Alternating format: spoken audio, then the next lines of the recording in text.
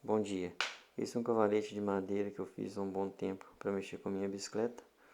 Como vocês podem ver, o braço dele era fixo. Eu não consegui utilizar ele no canote selim, só no top tube da bicicleta.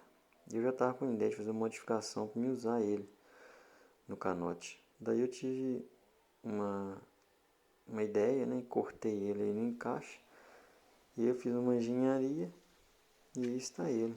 Agora sim, funcionando do jeito que eu queria. Agora ele gira. Essa borracha que é colada no braço é chinelo velho, tá? Reciclagem. Eu soldei esse ferro U com uma chapa bem grossa. Soldei um cano nesse ferro U que eu fiz.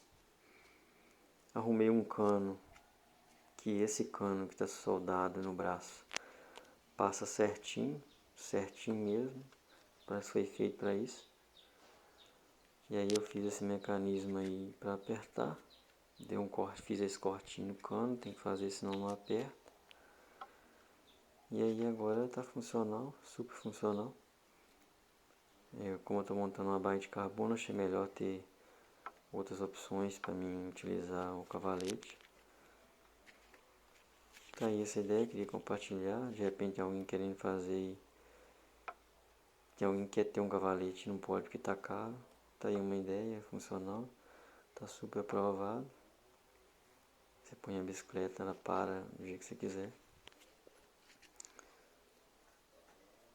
E bem reforçado, né? Melhor ainda. Eu devo dizer que é mais reforçado que um comprado.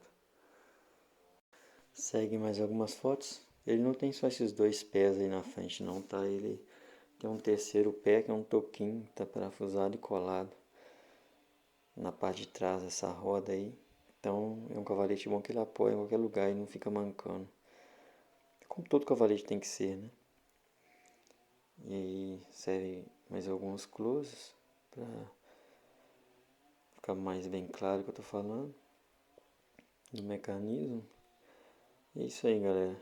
Quem gostou, curta o vídeo, se inscreva no canal. Esse foi mais um vídeo direto ao ponto.